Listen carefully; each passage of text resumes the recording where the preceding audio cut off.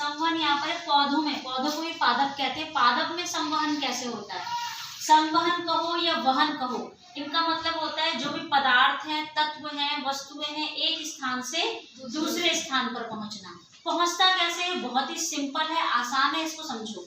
मान लीजिए ये पौधा है या पेड़ है, ये इसकी जड़ें हैं, ये हिस्सा मिट्टी है, मिट्टी के नीचे वाले हिस्से में जड़ें पाई जाती हैं। यहाँ पर इसकी ब्रांचेस हैं,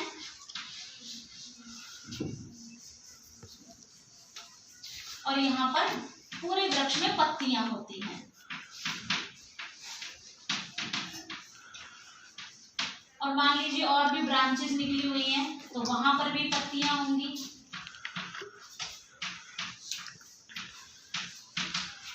इस तरीके से पूरे पौधे में, पेड़ में होता है। तो जितना भी हरा वाला भाग होता है, हरे वाले पत्तियां, हरे भाग, पौधे का जितना हरा भाग होगा, खास करके पत्तियां जो हरी है, उनके अंदर रंध्र कोशिकाएं होती है। मैं आपको बड़ा डायग्राम करके बताती हूँ। इसकी ऊपरी सतह पर रंध्र कोशिकाएं होती है। इसको बड़ा करके देखिए, ये रंध्र कोशिका का मैं एक डायग्राम बना रही हूँ।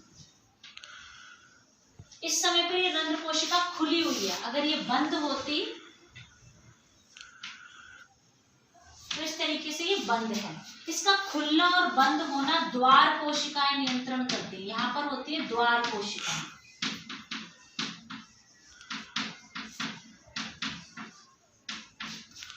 कब इसे खुलना है, कब इसे बंद होना है, इसका नियंत्रण करती है द्वार कोशिकाएं। रंध्र कोशिका के अंदर द्वार कोशिकाएं होती है, जो इसको किस समय खुलना है, किस समय बंद होना है, कितनी देर के लिए ओपन होना है, कितनी देर के लिए क्लोज होना है, ये इसका कंट्रोल करती हैं। ये तो रही पहली बात। दूसरी बात है संवहन की। तो पौधे के अंदर दो चीजों का संवहन होता है। एक होता है जल और मिट्टी में मिले हुए जल के साथ तत्व, मिनरल्स, खनिज जिसको कहते हैं, जैसे कि फास्फोरस हो गया, नाइट्रोजन हो गया, ये तत्व हैं। तो मिट्टी में घुले हुए तत्व, और मिट्टी से ही पौधा पानी लेता है, क्योंकि हम पौधा जो पानी डालते हैं पौधे में, वो मिट्टी से ही जड़ें पानी लेती है। तो यहाँ पर जो पानी है वो जड़ें लेती हैं। जड़ों में पतली पतली, मेन जड़ में भी नीचे जड़ों के रेशे होते हैं, बाल जैसे पतले पतले, धागे जैसे। तो वो उस पानी को लेते हैं वहां से, और यहाँ से फिर ऊपर की ओर ले जाते हैं। और जहां से जड़ में ही, मेन जड़ में जब हम पहुंचते हैं, तो यहाँ पर जो संवहन करता है उसको कहते हैं जाइलम।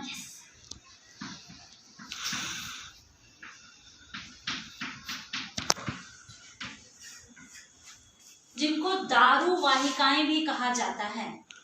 तो मिट्टी से जड़ें जो हैं पानी को लेती है, और वहां से दारू वाहिकाएं कहो, जाइलम कहो।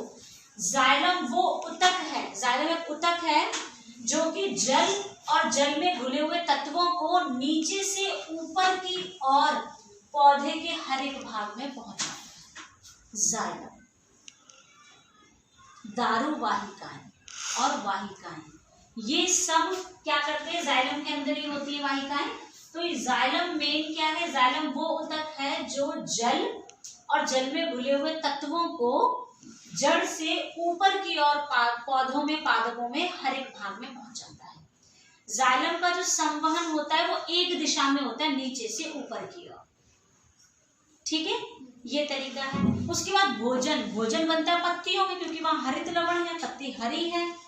वहीं पर जहाँ हरापन होता है, हरित लवण होता है सूर्य के प्रकाश में, जल की उपस्थिति में, और CO2 कार्बन डाइऑक्साइड गैस। इस तरीके से इसके अंदर इन सब चीजों से मिलकर के भोजन बन पाता है। जो भोजन पत्तियों में बनता है वो पत्तियों से पेड़ के, पौधे के हर एक भाग में, ये तो था एक दिशा की और गति जाइलम की, लेकिन पौधे के पत्तियों से हर एक भाग में खाने को पहुंचाने का काम, खाद्य पदार्थों को संवहन करने का काम करता है फ्लोएम।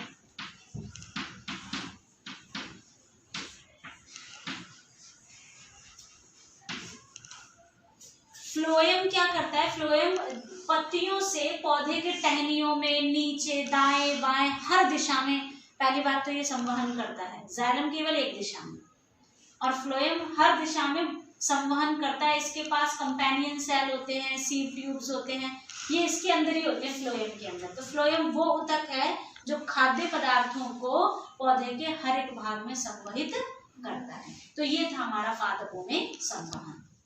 तंत्र के मुख्य अवयव मतलब मानवों में भी जो संवहन होता है तो वो किस प्रकार होता है उसके बारे में जानेंगे। संवहन सिंपल चीज है, एक स्थान से दूसरे स्थान पर पहुंचना, तत्वों का, खाद्य पदार्थों का या आवश्यक कोई भी पदार्थ है। तो यहाँ पर मानव संवहन के अंदर हृदय एक मुख्य रोल प्ले करता है, रक्त नलिकाएं जिनमें धमनी और सिरा होता है, रक्त के अंदर लाल रक्त कोशिकाएं कणिकाएं भी कहते हैं, श्वेत रक्त कोशिकाएं, प्लेटलेट्स और प्लाज्मा। तो हृदय के बारे में पहले जो हमने पढ़ा था वो पहले वाली वीडियो में अच्छे से समझाया हुआ है। अभी हम पढ़ेंगे रक्त के बारे में और फिर धमनी और सिरा के बारे में। तो पहले रक्त के बारे में जानेंगे। जो रक्त हम देखते हैं जिसको हम साधारण भाषा में खून कहते हैं, ब्लड कहते हैं, उसके अंदर भी 4 प्रकार के कंपोनेंट होते हैं जिनको हम कहते हैं अवयव। तो कौन कौन से होते हैं? वो पहला होता है लाल रक्त कोशिकाएं, दूसरा होता है श्वेत रक्त कोशिकाएं, तीसरा प्लेटलेट्स और चौथा प्लाज्मा। लाल रक्त कोशिकाएं, ये लाल जो हमारा रक्त है, खून है जो लाल दिखता है, वो लाल इन कोशिकाओं के कारण होता है। रक्त के अंदर लाल रक्त की जो कोशिकाएं होती हैं, रक्त के अंदर ये भी है, ये भी है, ये भी है, ये भी, इन सबसे मिलकर के रक्त बनता है। अब जो रक्त है, रक्त को रुधिर भी कहते हैं, वो लाल क्यों है? क्योंकि उसके अंदर लाल रक्त कोशिकाएं हैं। और ये लाल रक्त कोशिकाएं लाल क्यों हैं? क्योंकि इनके पास एक तत्व होता है पिगमेंट जिसे कहते हैं हीमोग्लोबिन।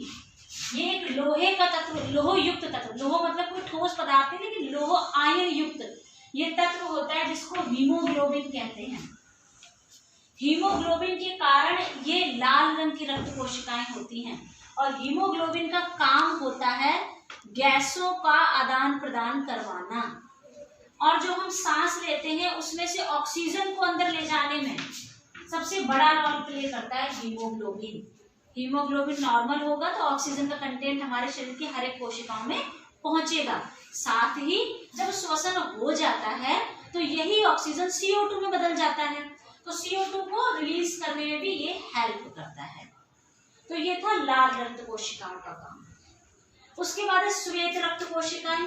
इसके अंदर सफेद रंग की कोशिकाएं होती हैं और ये जो काम करता है ये भी इसी के अंदर का पार्ट है।